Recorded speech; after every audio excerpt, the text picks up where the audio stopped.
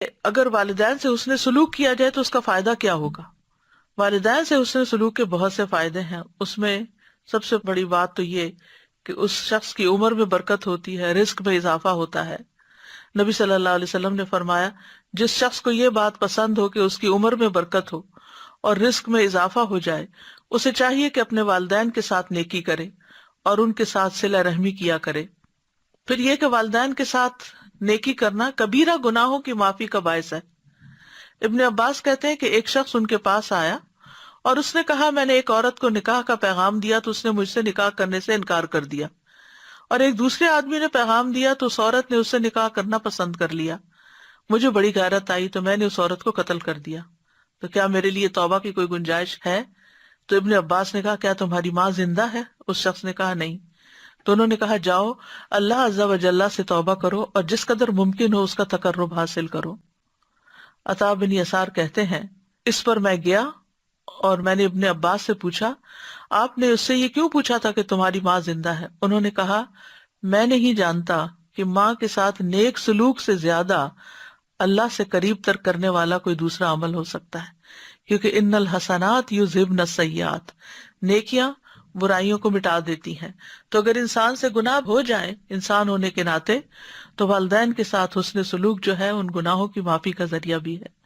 پھر اسی طرح یہ ہے کہ والدین کے ساتھ نیکی کی وجہ سے مشکلات بھی دور ہوتی ہیں.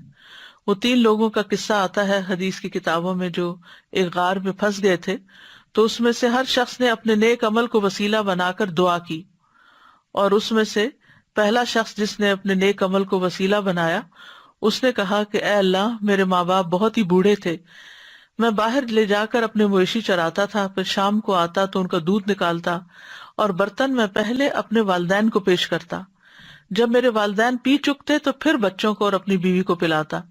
اتفاق سے ایک رات واپسی میں دیر ہو گئی، جب میں گھر لوٹا تو والدین سو چکے تھے، پھر میں نے پسند نہیں کیا کہ انہیں جگاؤں، بچے میرے قدموں میں بھوکے پڑے رو رہے تھے، میں برابر دودھ کا پیالہ لیے والدین کے سامنے اسی طرح کھڑا رہا یہاں تک کہ صبح ہو گئی.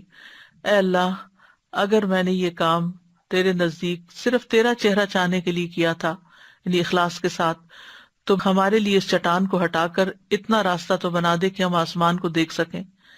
نبی صلی اللہ علیہ وسلم نے فرمایا اس دعا کے بعد وہ پتھر کچھ ہٹ گیا. بہرحال پھر دوسرے شخص نے بھی اسی طرح ایک دعا کی، تیسرے نے بھی کی، اور بالآخر وہ سب غار سے باہر آ گئے.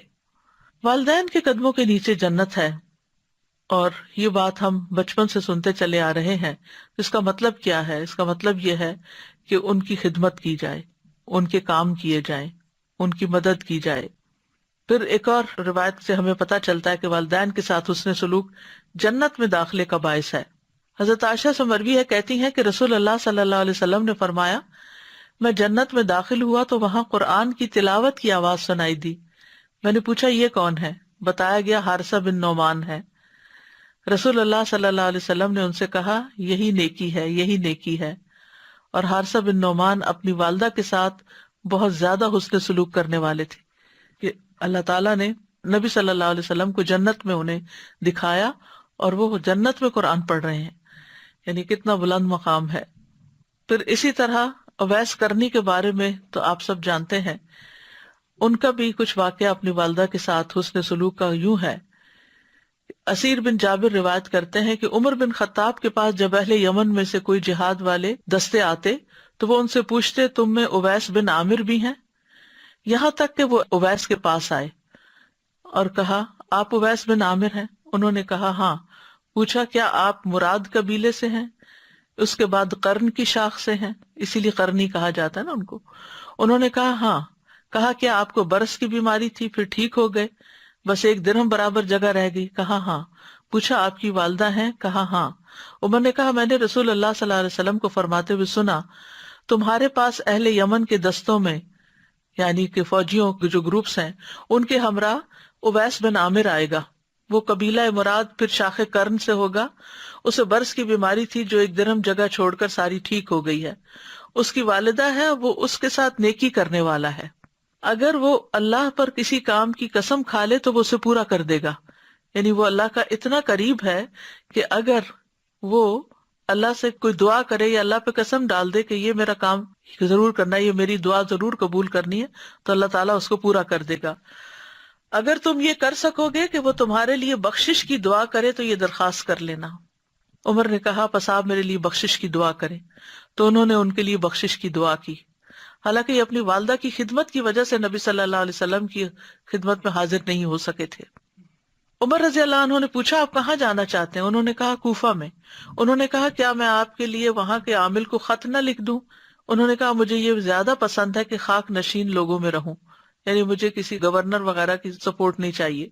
کہتے ہیں جب اگلا سال آیا تو ان کرنیوں کے اشراف میں سے ایک شخص حج پہ آیا، وہ عمر رضی اللہ عنہ سے ملا تو آپ نے اس سے اویس کے بارے میں پوچھا۔ اس نے کہا میں اسے ایک بسیدہ گھر اور تھوڑی سی پونجی کے ساتھ چھوڑ کر آیا ہوں۔ عمر رضی اللہ عنہ نے کہا میں نے رسول اللہ صلی اللہ علیہ وسلم سے سنا آپ فرماتے تھے تمہارے پاس اویس بن عامر یمن کے دستوں کے ہمراہ آئے گا۔ وہ قبیلہ مراد پھر اس کی شاخ قرن سے اور اسے برس کی بیماری تھی جو ادھر ہم جگہ چھوڑ کر ساری ٹھیک ہو گئی، اس کی بس والدہ ہے جس کا وہ بہت فرما بردار ہے، اگر وہ اللہ پر کسی کام کی قسم کھا لے تو اسے پورا کر دے گا، اگر تمہارے بس میں ہو تو وہ تمہارے لیے مغفرت کی دعا کرے تو دعا کی درخواست کر لینا۔ وہ شخص اویس کے پاس آیا اور ان سے کہا میرے لیے بخشش کی دعا کر دیجئے۔ انہوں نے کہا تم ابھی ایک نیک سفر سے آؤ، تم میرے لیے دعا کرو۔ اس شخص نے پھر کہا میرے لیے بخشش کی دعا کر دیں۔ انہوں نے کہا تم ابھی ایک نیک سفر سے آئے ہو، تم میرے لیے بخشش کی دعا کرو۔ پھر اس کا اصرار دیکھا تو پوچھا تم عمر رضی اللہ عنہ سے ملے تھے؟ اس نے کہا ہاں۔ تو انہوں نے اس کے لیے مغفرت کی دعا کی۔